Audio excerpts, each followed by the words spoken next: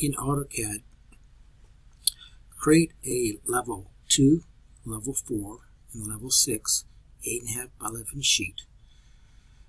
And the viewport, it can be set at eighth inch scale, as you'll see here. But you're going to have to calibrate it when you put it into Bluebeam anyway. But remember, once you make one of these sheets, you simply right-click and go to Move or Copy, and take whatever sheet you want to make a copy of. Click that and just simply make a copy. And again, it'll put a second 2 in there, which you could delete. But it's easiest if you could just get each of these levels. And this, again, this came from the gray underlay area of those Revit plans that you brought into AutoCAD. But anyway, make them a PDF, save them someplace, and then open up Bluebeam. So in Bluebeam, open up those files. So let me open up one of them, and I'll calibrate it. And so from my desktop, I'll take LV2. It's going to be turned sideways, don't worry about that, because we're just trying to get the square footage of this stuff. And then let's zoom out to see quite a bit of it. I guess I got to zoom down a bit more. Well, I could fit page. Okay, perfect. I can zoom a little bit more. Yeah, sorry about that. Let me do that. Let me step in about, let's try 100%. Yeah, okay. Because what I want to do right now, as you know, or might recall, once you open up a document, you want to calibrate it. Now, I know from the corner of one concrete block wall to the other, it's 26 feet. So if I press calibrate and say OK, then what I'll do, now notice, here's the other cool thing. Notice that when we're snapping around, notice this little blue box. This is a correct PDF exported from AutoCAD, and it's a vector-based, not a raster-based image. I think some of the stuff we did in the past, it said it was vector-based, but something got compromised, it wasn't. And Bluebeam will snap right to these lines. And don't worry about that the plan doesn't line up with the grids. I don't have to shift that, but we're just trying to calibrate it. So if you click here, and then notice click here, then you have to tell Bluebeam that this is 26 feet. And say apply scale. So this is the basement level. To add the other levels, go to Document, Insert, Pages from Document, and then go look for the other documents. It was on my desktop. So that's LV4, level 4. And say OK. And there we go. And let's do it one more time for level 6. Insert, Pages from Document. There's level 6. Okay. Good. Now, if I click this thing, let me go back down. I want to double check my calibration. If I were to calibrate from here, notice, sorry, I should be able to, let me zoom in a bit. I should have done this earlier. I know that from this corner to this corner, it should be about 26 feet. So I'll just put in 26. It's going to be close enough. Because technically it might be that 26 feet, 1 3/4 inches because of the siding, etc. Anyway, just don't worry about that. Go back to the thumbnails and take this other one, and we'll do it one more time. We'll go to Measure, Calibrate, and we'll select 2 points. And it should snap to the corner. And you just, again, see it's 26 feet. I say apply scale. Okay, good. Now go back to my thumbnails. So zoom in into about 125% to look at the basement. Let's do an area takeoff. So if you click over here, subject is area measurement, and let's do a label. We'll just call this thing cave. Like the man cave with the woman cave or something like that. It's going to be red, and we should get a label. Halfway inside the staircase, just click a button from here, and it should snap to the corner. Should snap to the corner. Go kind of vertical, and then as you approach, just press Enter, and then here's your cave is 365 square feet. Then let's do another one. So I click this area measurement, and it cleaned this thing out. So let me put in laundry here. And let's just change the color just so we can see it better. So change the text and the lines. Once again, I'll go from here and just hopefully snap to there. Don't have to get too precise. And then get close and just press Enter. And there's our laundry. And notice down here is subject, area measurement. We've got cave, we've got laundry, and we've got some square footage that's starting to add up. Okay, so then let's go to the thumbnails, and let's jump to this other page. And yeah, let's try the same thing, but let me zoom in a bit, maybe 125%, because I can roll my mouse up and down. And let me just do a quick measurement, because I just want to double check to make sure we have, yeah, okay, it's 26 feet. Good.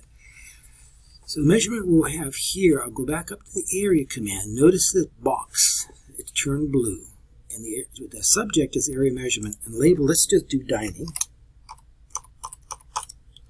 Okay, and we'll make this one red.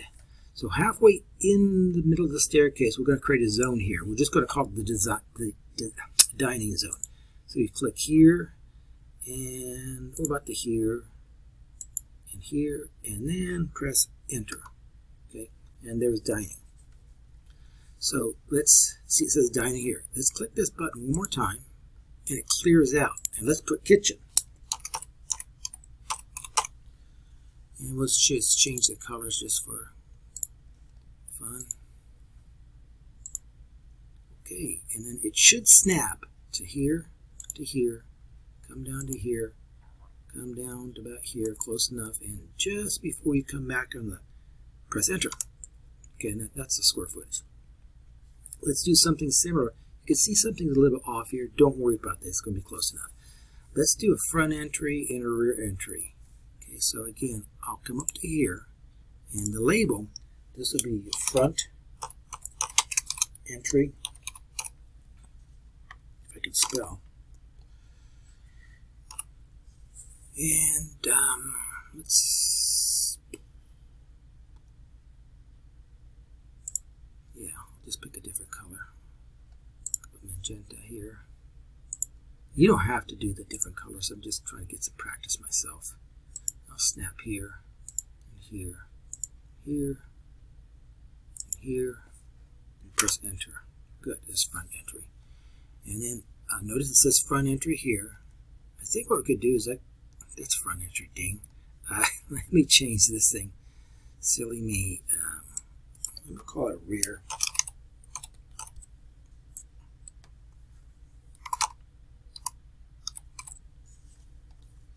Let's see what happens. Good, it says rear entry. Now, let me come back up here and click this one more time, and it clears out our label. And now I'll type in front.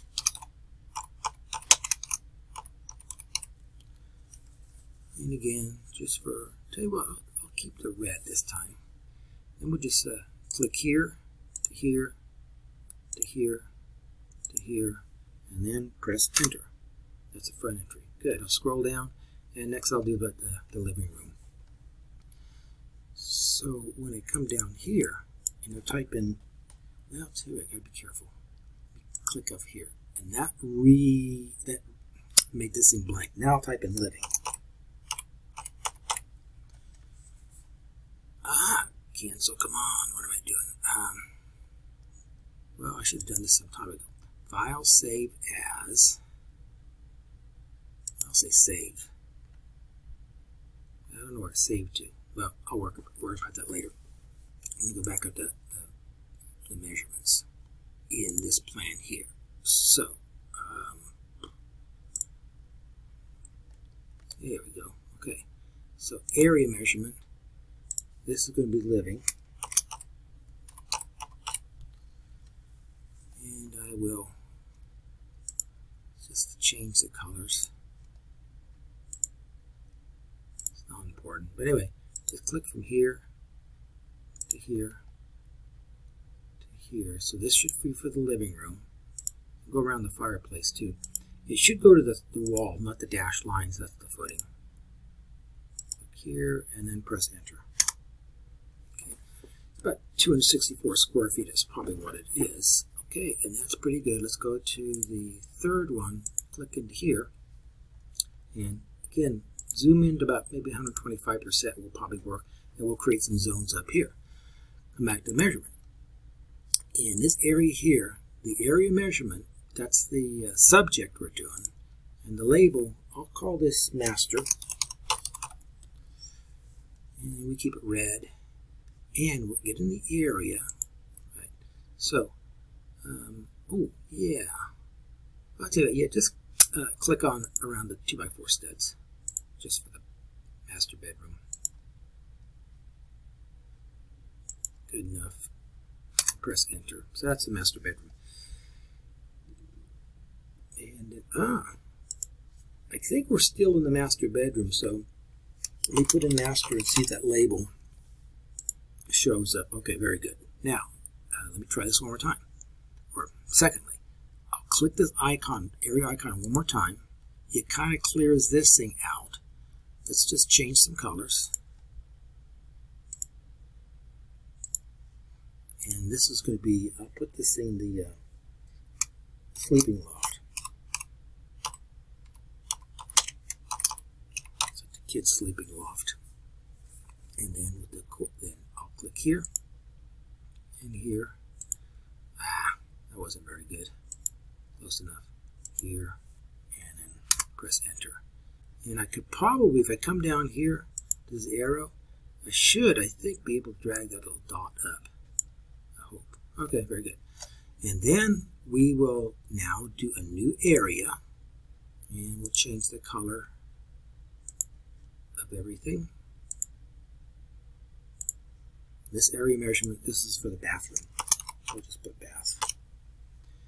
And then I'll click, come out, here. Not very good at this.